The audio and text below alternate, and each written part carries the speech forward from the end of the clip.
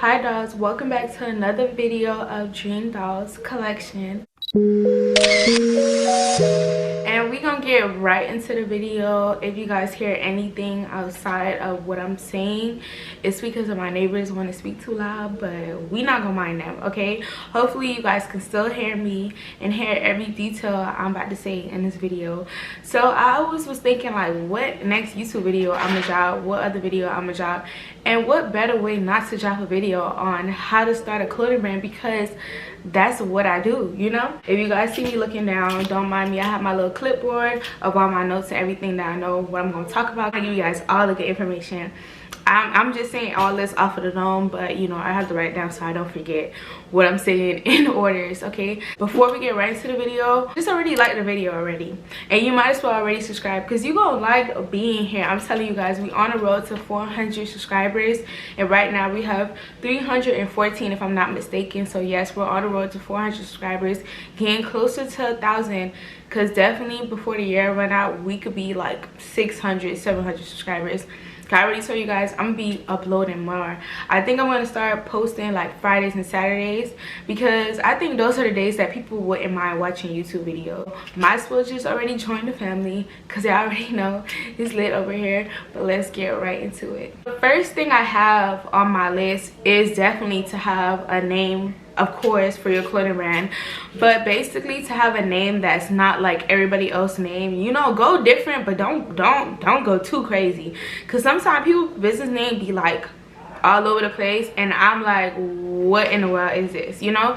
But basically understand and know the story behind your brand, know what you're gonna represent. I see a lot of clothing brands and the story behind their brand is like so amazing, and people like that type of stuff. Especially when you create a website, it's important if you have like a page on your site by itself that tells about the brand, because some people want to know about that. If a mother and a daughter started a brand and she has like about us page, and you know, she said like her daughter, she did this for her daughter, they're saving up money for her funds when she get older, stuff like that. People want to know the backstory about why you started this brand. Did you just start it to make money, or you started it because this is your passion? So it is very important to know the type of name that you're gonna have for your brand. The name of my brand is called Dream Dolls Collection, and it is to become a real life doll, just like how Nike have Just Do It, and you know, McDonald's, they have all of their little slogans.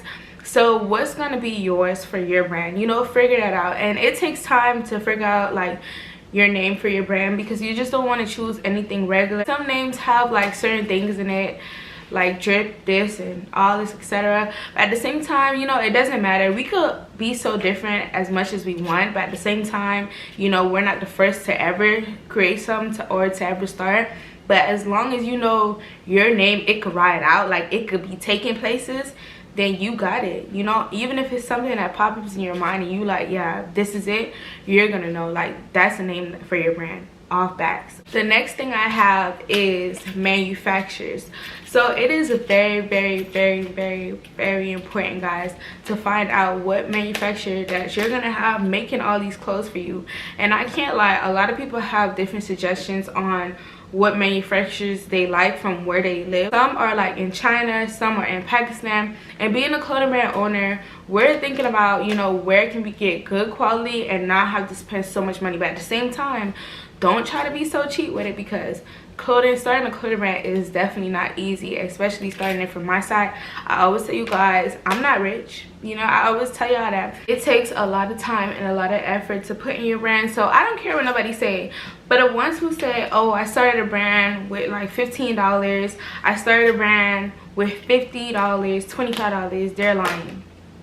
Because I always think on my, ain't no way you could do that. Like, ain't no way. You could get certain things for free when you own a business, but a loan, my LLC, costs a lot of money. A loan, getting your logo designed by other people, especially if you're gonna figure out if you're gonna be the one to create your own design or your clothing, or you could have the manufacturer do it, but they are gonna charge you a fee.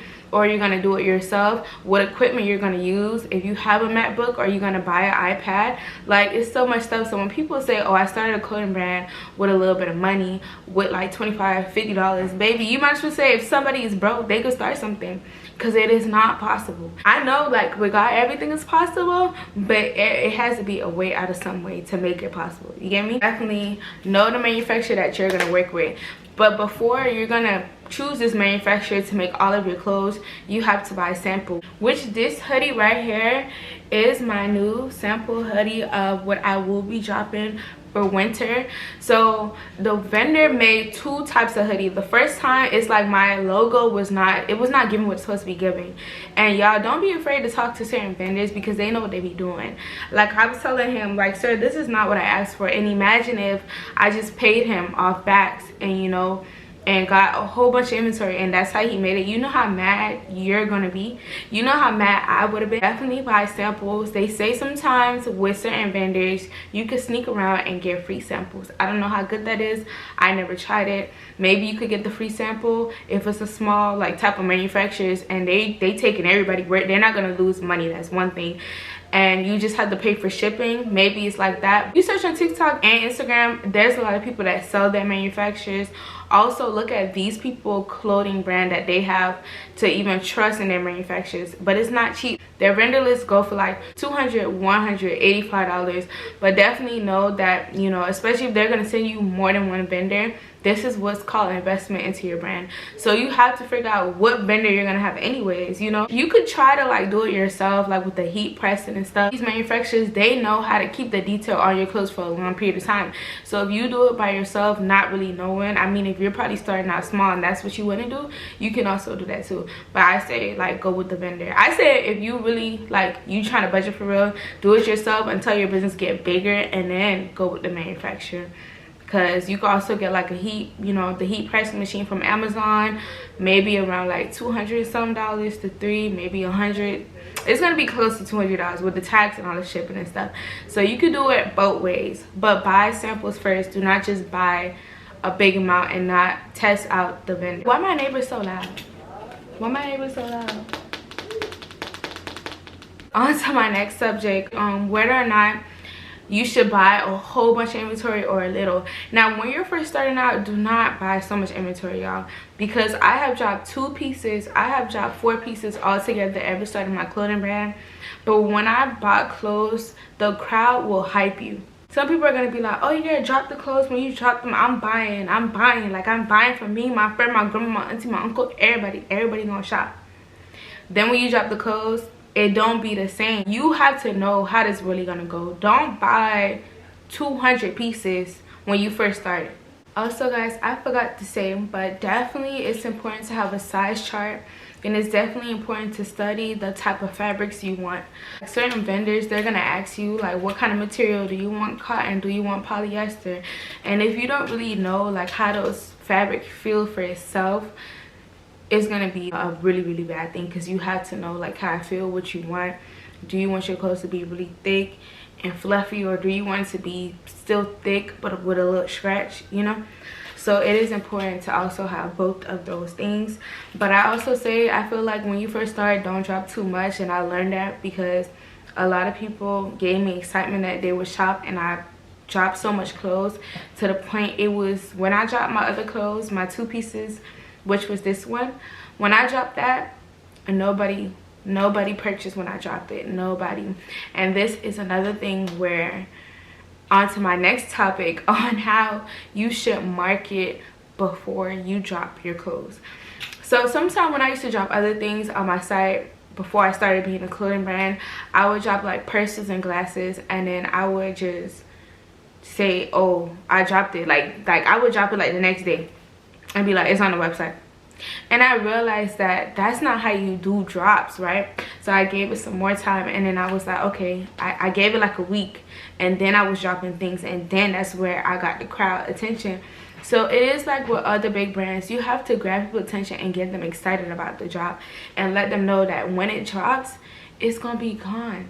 It's gonna be completely gone, because that's how it usually goes sometimes. And then it be those customers that text you and be like, oh, I want to shop this, it's really bad that you don't got this and that in your store. And then you tell them all the time, listen, when these drop, you need to get them ASAP, because that's how fast they go. It's very important to know how you market. But now that hoodie I just showed you guys, I'm trying to market way better, because when I drop these hoodies, I want to be sold out. So best believe I'm going to do my hardest to market. And just don't only market on social media. Don't only market on social media. Go around your neighborhood. Give to your mail person that be coming to your house. You know, give them your cards. If you're in school, market your business in school. What better not way to market in school? You know how much people is in your school alone? And also do pop-up shops, do other things, so you could get the crowd hyped about when your clothes are gonna drop. So when it drops, it goes crazy. Just don't drop like how I did, because that's not how it worked. It did not work really good.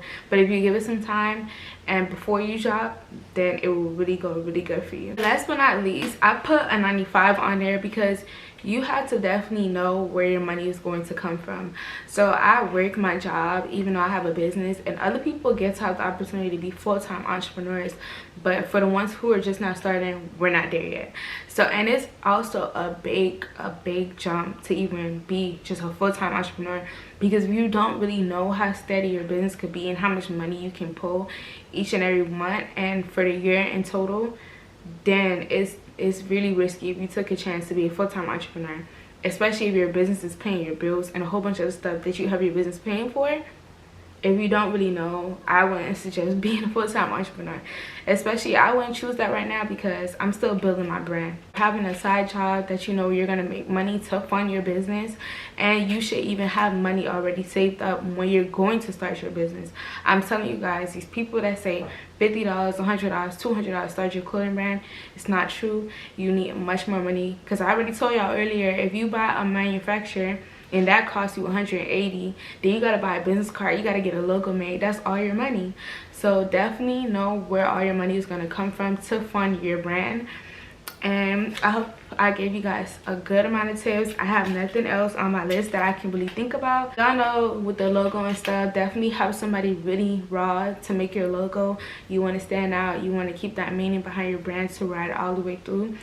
And it's definitely not a bad thing to switch it up. Definitely not a bad thing to ask your customers. Don't only drop what you like, get your customers' opinion, because what you like they might not like at all. I just hope the best for you guys' brand, and hope this video mean a lot. And if you're just now starting your clothing brand, definitely drop it down below in the comment section so I can see it for myself, and so other people can get a chance to see your brand for yourself too. But definitely like, comment, and subscribe, and join the family, because we already talked about this from the jump, and we're on the road to 400 subscribers. So I'm gonna see you guys in the next video.